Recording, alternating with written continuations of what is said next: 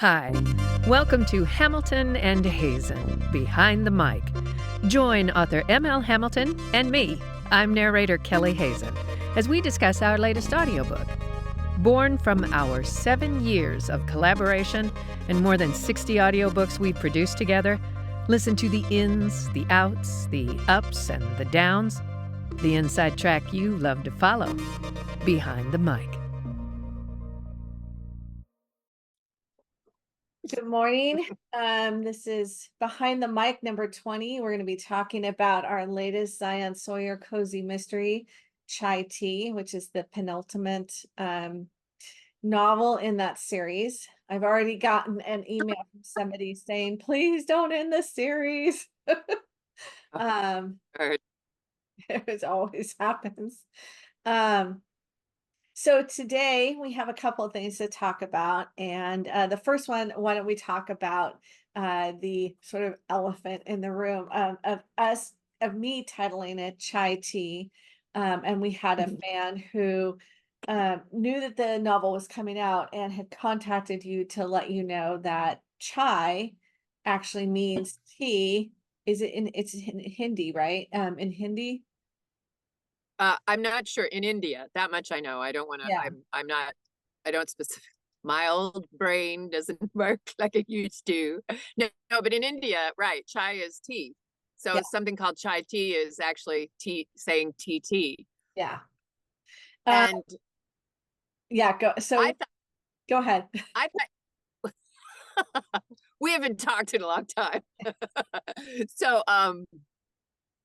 I thought it was really interesting the way you fielded that, because we had this fan supply this information and you were very magnanimous, right? Magnanimous. Would you call you were quite lovely about the way you received that information. I mean, you know, and then I just kind of thought, and I thought to myself, gosh, I wonder if she's going to change the name of the book. Right. And chai tea, and that the first time I knew it was going to be called chai tea was when we do the teaser for the next book on the previous book, right? So when we did, what was the last one called? Which coffee drink was the last? Mint mocha chip. Mint mocha chip. So when we did the teaser for mint mocha chip, that's when I found out it was called chai tea. And when I posted the cover on Facebook, and this conversation was elicited, because that's the first time fans had heard about it. And so for all this time, right, it's been 2 years? A year. Yeah, a year. Okay. I kept thinking, I wonder if ML is going to change the title of the book. I wonder if when we start working on this, we're going to change the title of the book. And of course, then the manuscript comes and didn't change the title of the book. But, and I thought, oh, that's interesting. For whatever reason, you chose not to let that comment change your path. And it's sort of explained within the story when you listen to the story. But I'm interested, as the author, why you chose not to let that change your path. So I do listen to what our listeners say, and if it makes sense to adapt it, I will. What I did is the minute that you made me aware of this, I did a deep dive looking through everything online to see, do I just have this wrong? I mean, there's a possibility. I certainly have it wrong. Maybe we don't call it chai tea in America. And what I found Well, was don't you also go through this thing where are we insulting culture? yeah, I mean, always. that's correct. Karen, woke, all Yeah, that. always. Okay. I want to be mindful of, that we're being Respectful and that we're not ignoring what people say to us, right? Because I think it's very important. If somebody takes the time to give you feedback, you need to take it seriously, and you need to consider it when you're going forward. If we want people to be that invested in our work, and we do, then you're exactly right. Yeah. Go ahead. But at the same time, I think I have to be true to what my vision was too. And so that's always it's always kind of a teeter-totter, right? It's always trying to balance. In fact, the whole idea for the story actually came from one of our our listeners, the whole idea of Peyton Zion meeting her What are father you writing now? was came from one of our fans. And so I am very, very respectful of that and aware of that. When it came to chai tea, when I did my research, I found that in America, we overwhelmingly call it chai tea. And so just briefly, before we came on, you and I were kind of having this discussion of how I completely understand how that seems ludicrous to somebody who knows what chai means. But for Americans, it's sort of taken on a different meaning. So that word, which is the beauty of language, isn't it? That language can expand and encompass new ideas. And so we borrowed, which English does all the time, borrow other words from other languages. We borrowed chai, but we took and we made it to mean something different. When I think of chai tea, I don't think of it the same as I might think of green tea or black tea. I think of chai tea as having a very spice-centered, spice-forward flavor, sweetness to it. And so for Americans, I think we've completely taken chai tea and changed it into something new. And that's why, to me, it's taken on more of a meaning. And I felt in that regard, since the book is set in America, it made sense to go with what is common in America because of the setting. Now, were I to put the book in India, certainly that would have been a different conversation. Yeah. I'm surprised Callista doesn't set Zion straight. She's got her And hands only full. fans will understand that. She's got her hands full, though, doesn't she? That's true. That's true. That's true. That's true. That's true. So Yeah, Zion. go ahead. You go ahead. No, you go ahead. No, what were you going to say? Because I was going to switch into a different topic. No, that's good. So is I. Okay. So you do the switching. Your name comes first on this thing.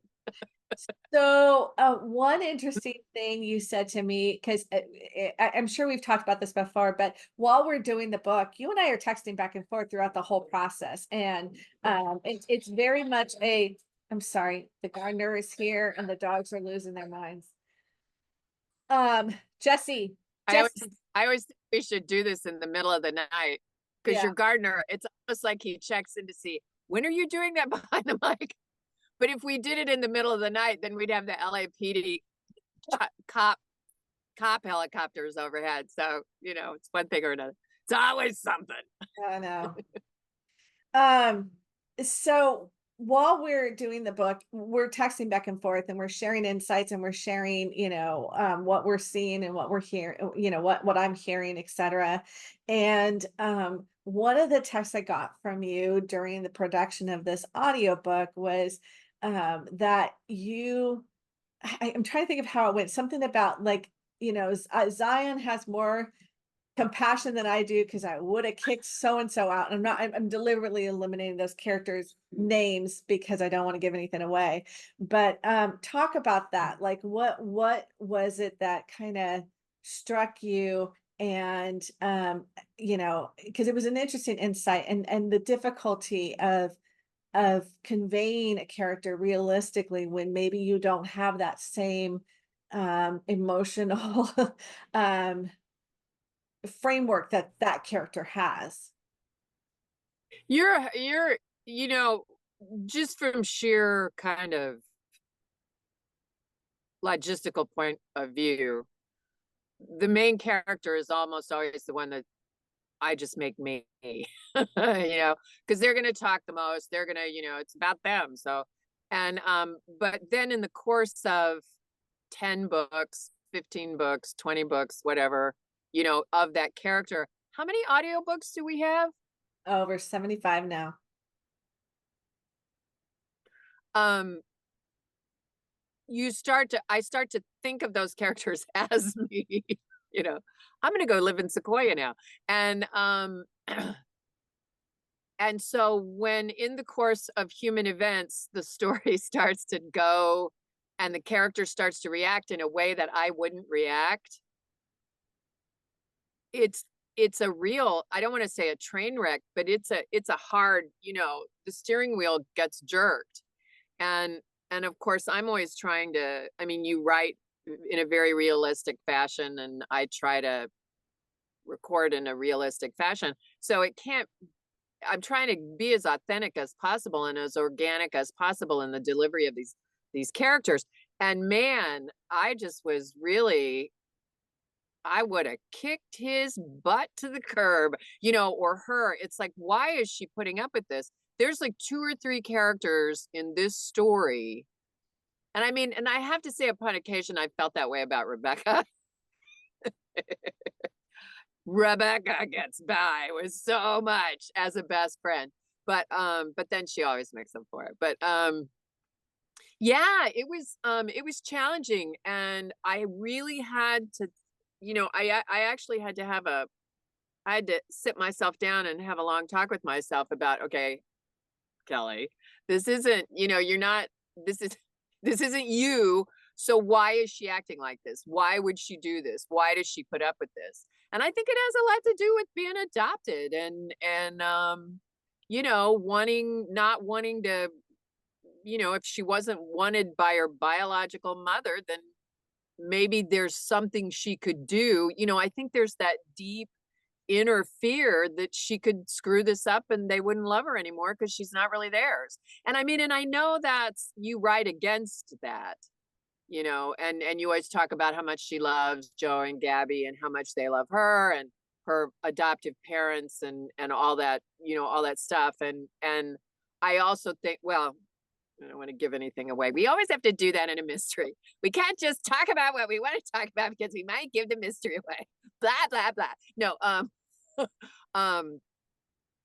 yeah, it's, I mean, that seems like a realistic response from someone, that they would be a placater and not wanting to rock the boat, which is when, and if Zion chooses to rock the boat, it's a pretty big deal.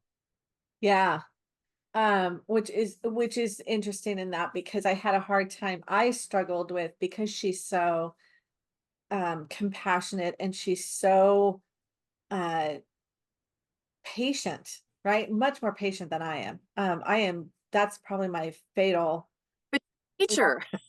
yeah, is I just have no patience, and she has just an amazing amount, endless amount of patience with everything that goes on. And when I got to the point of her having to take a very, and I don't think this is giving anything away, but taking a very um assertive role with her father, where she sets it down that she's going to make the decisions on their relationship, her biological father. That was hard for me to write, because she's so, I wanted it to be real, like it was a real choice she would make, because she's never made a choice like that before. She's never um chosen to not, you know, placate Yeah. and to try and make the relationship work.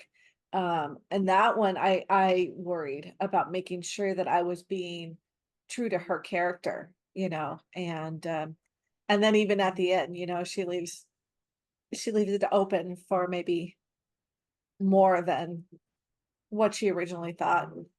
But I think to have sewn that up, to have like made this, you know, clean cut, would have not seemed honest. no, You know, not I for mean, her character. she's been taken advantage of, and I mean, and I mean, I don't know if that will come back to bite whoever, but this is one of the things that, as I was recording and I thought about this is, and are you the only author that does this? No, but like particularly in the cozy mystery, but you do it with Peyton too in the mystery. I mean, we're dealing with bloody homicides, and very scary homicides, but there's time for them to be human. There's time for them to deal, to struggle,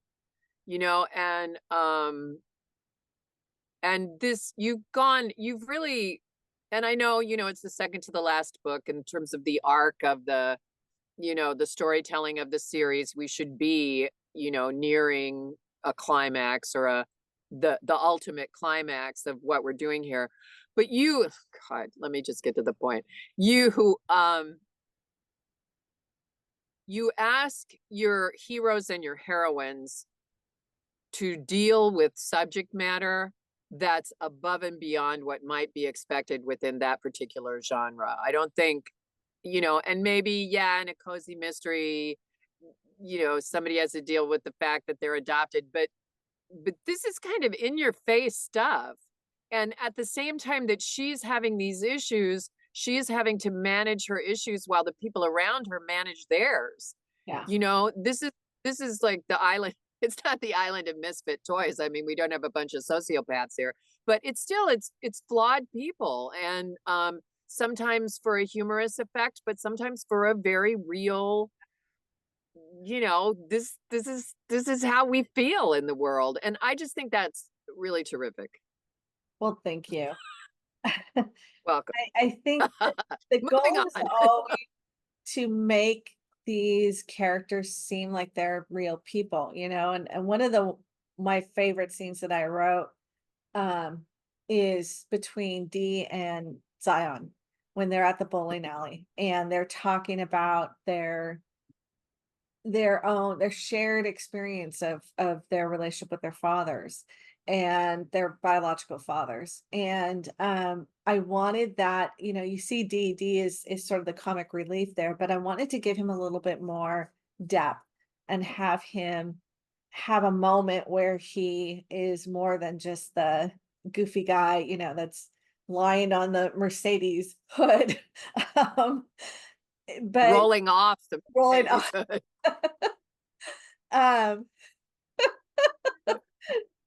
um and so those are the moments that I look for in a book, is where can I bring in those moments where the character, even if it's a peripheral character, becomes more three-dimensional. And that's really important to me, is I hope that even the peripheral characters are fleshed out and seem fully actualized people. Is it your goal to elevate the genre, or does it just come out that way? I think it's not a goal of mine, but I think because I'm so character oriented, you have authors that are plot oriented and that the plot is the thing, right? And then you have other authors that, it's their prose style, it's their poetry in their prose writing that becomes the thing. For me, it's always been characters. Characters to me are more interesting than anything that happens. And so the plot is the vehicle to reveal who the characters are. And so it's just, I think the mindset that I have in writing is that I've always found the people more interesting than the plot. And so I think if you have that approach to it, then it takes the genre in a different direction. It might straddle a couple of different genres just because once it becomes character oriented, what their response to things are important than the actual mystery part of it. It's interesting to me though, is that you could have chosen to write family drama. You could have chosen to write romantic suspense, but you chose, because I know how much effort you put into the mystery part. You make sure that is bulletproof. So it's almost like you've given yourself so talk about that. Why don't you just write family drama or romantic suspense? Why involve the complication of a mystery? Because I think that when you're faced with life or death situation, the true person comes out, right? Your true who you are, how you respond in a tense situation, in a life or death situation. We all want to think that we're going to be heroic. We all want to think that we're going to run head on into the burning building to rescue the kitten, right? And I think when rubber meets the road, we just don't know how we're going to respond in those situations. We hope it's the way we want to. But I think when you put people in a crucible, when you put them in something that forces them to face their reality, it's interesting to see what comes out. You know, I think it gets to the heart of who we really are, because we, especially in this society now, we do such a good job of putting on a face, a mask, and presenting ourselves on Facebook or presenting ourselves in social media in a certain way that we want. We cultivate. We have a whole thing with our students at the school about cultivating your online persona, and we cultivate that. Is that And for a marketing class? huh? Is that for a marketing class? No, it's to try and get them to maybe not reveal as much as they do, because of course young people have a tendency to reveal way too much.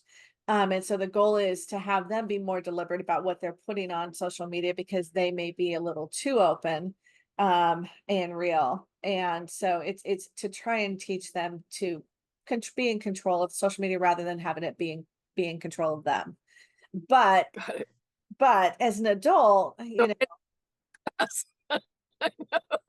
yeah. I, I'm just kidding. I know it's really good. I think it's wonderful that the school and that you all try to help guide them in that regard. Well, to the best of our ability, but anyway, As if they listen to anything you say. say that As again. if they listen to anything. I know. No, I'm kidding. No, I'm kidding. it's true. I But think let's not there. more about planting the seed and hoping something grows, you know. There Yeah, you go. so I think that that's probably why I gravitate more towards the mysteries, is that you know, putting my characters in the crucible of, you know, what That's they're that's facing. that's cool. That makes a lot of sense to me. So let's talk. Our last topic that we brought up was the issue of the villains, and there's a fun one in this one, and I this one in particular, because he just does. There's no humanity, right? There's just he's an interesting character. But we talked about the villains, and so go ahead. I'm going to let you kind of lead this one. Well, one of the things that's wonderful that I enjoyed as a reader and a listener regarding chai tea is that you really do give us a lot of red herrings or a lot of choices in terms of who the culprit for the mystery might be. And some are more obvious than others. And we get to enjoy, um, you know, up to this point, there's been a lot of bickering about solving the cases and whether Zion should stay in the car, and, you know, stuff like this. And, but this is an all out, I mean, guns blazing. This is a real, you know, they solve a case, and which is one of the things that sets chai tea apart and also gives it's really its own flavor. In that regard, we meet a lot of potentially bad people, and within the context of this book, there's several characters that were really fun to make two-dimensional. Three-dimensional in my mind, two-dimensional. I don't know, or are they still one-dimensional in sound? But but one of the bad guys, I think I texted you this while we were recording. One of the bad people in this book, hands down, may be my most favorite ML Hamilton villain that I've recorded to date, including all of the ones with Peyton. Although, in all fairness, I would have to go back and look at all of them and then go, no, that guy was that woman, or that was probably more interesting. But he's just they're just a really good, their motivation was really, you know, I mean, right? And one of the things I learned in acting, from one of the many acting teachers that I had, is it's always, even if you're a bad person, I think I've probably talked about this before, it's por los buenos, you know, it's for the good. Even if you're bad, you're doing what you're doing because you think it's the right thing to do. You think it's the good thing to do. If you're doing it for bad reasons, just to be bad, then you're a psychopath, or it's melodrama, right? Because even psychopaths think they're doing, Right. right? It's their lack of empathy that makes them psychopathic Yeah. or sociopathic. Anyway, this guy's motivation is really easy to put, and he's, you know, and so if I say anything more, I'm going to give stuff away. But I actually thought it would be really interesting once I sort of identified that this character is one of my favorites over the 10 years that we've been working together and the 75 audiobooks. um, I think I want to do a compilation of all the ML Hamilton bad guys and girls and just put them back to back with some of their most iconic lines and or scenes, like, even because I mean that would be good too. But anyway, it would be an interesting parade of horror. There's been a lot We of say laugh. Yeah. So it. look forward to that for Christmas. It's always fun to come up with a new villain and their motivation, you know, and sometimes their motivations are so um mercenary and Do yeah. you are the villains usually a part of the research that you do, or do you conjure them from the research that you do? I mean, how do they take I form? think yeah, I think it's my once I come across, because usually these stories are all based on a real crime. And Rip headline. of course, you don't always get what the motive from, I mean, often, right? Probably, 80% of the time you don't get why somebody did what they did. From research, you can't possibly get there to it. And so it's me trying to parse out why somebody would decide that this was the course of action, I mean, it's just so some of these are so bizarre. Like, what went into your mind that made you think this was an appropriate course of action for this situation? And so that's where where the villains usually come from, is um, that point of view is what what makes you think that this was the appropriate response to whatever it is that they're facing. I think Do those. they come to you? Go Oh, ahead. good. Do they come to you like, do your ideas and your solutions come to you when you're walking a dog or in your dreams, or So is it always as you're writing? no, so usually I always think of it like a mental movie. Usually when I start thinking I'm gonna get ready to, so this is my process. When I'm getting ready to write a new book, I've already researched the case that I want to touch on. So I have that background knowledge, but then it's taking that case and moving it into what is happening in my characters' lives, usually in the series, because they've got ongoing things that are happening. And so I start playing the idea of the book in my head like a movie. And I'll do that when I'm taking a shower, when I'm walking the dogs, when I'm cooking dinner. I start doing this mental movie. And usually I have an idea by the time I'm done, before I even start writing, before I even put one word on the page. I know where I'm going with the story. Now, that doesn't necessarily mean that there won't be some detours along the way, or something might change, in the writing of it.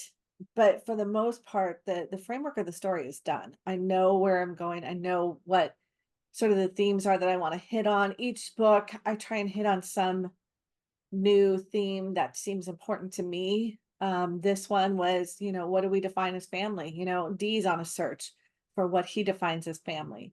And so the whole book is centered around that. And that was what I wanted to do. So every character needed to have sort of a part of that pie, to tell that story of what do we define as family.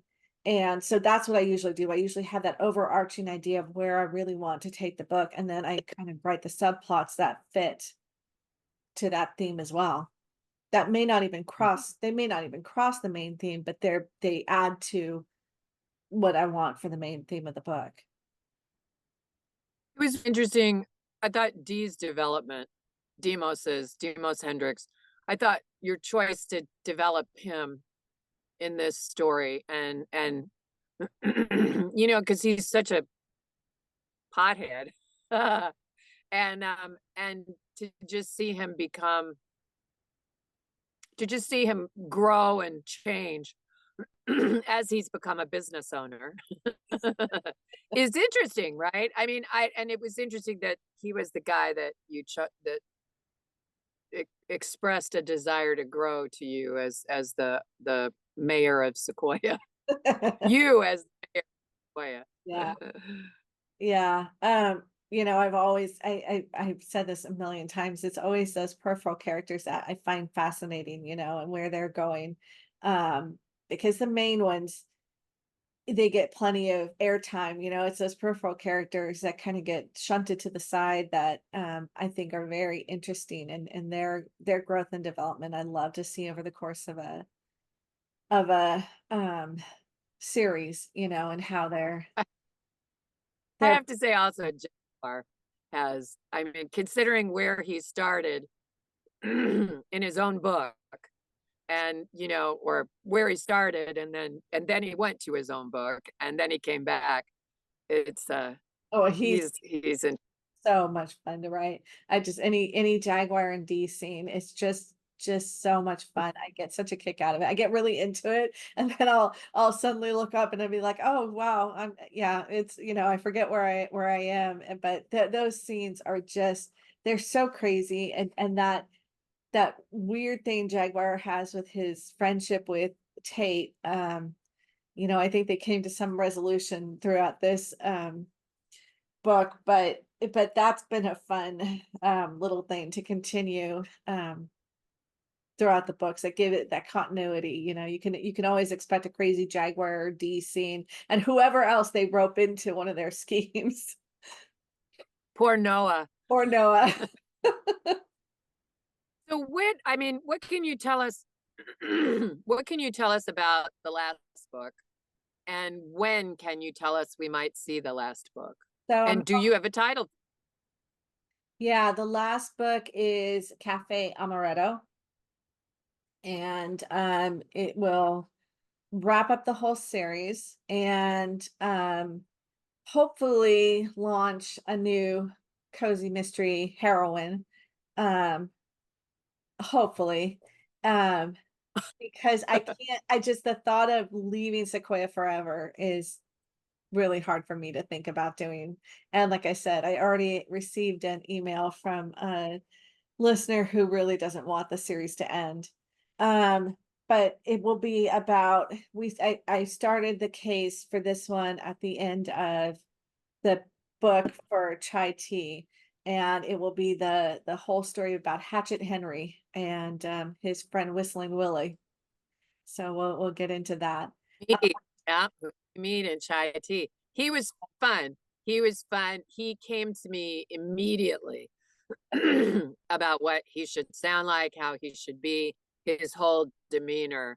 And I actually had some thoughts about him as the mystery is initially rolling out, and the mystery for Chai Tea. And so it's interesting. It's really interesting how you've woven this one together. Yeah, so that's who the next one's going to be about, and that whole thing, because you know what, we have the Rusty Buckets, which is the motorcycle gang that Zion and her parents are members of, but they're just very mild and non-threatening. But then when Hatchet Henry suddenly comes in and he's a friend of Condor's, the leader of the Rusty Buckets, Tate becomes very alarmed.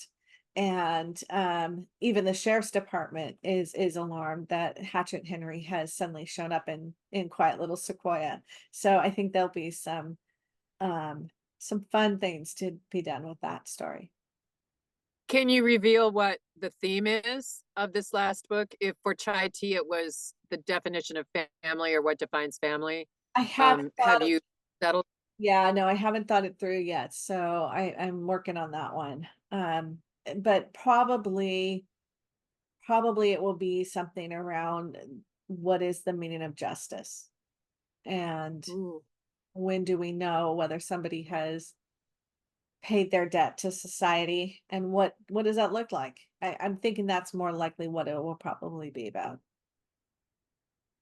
So kind of forgiveness. Yeah, yeah. And do we as a society have room in our hearts for that? Boy, good question. Hey, so last question. Last question.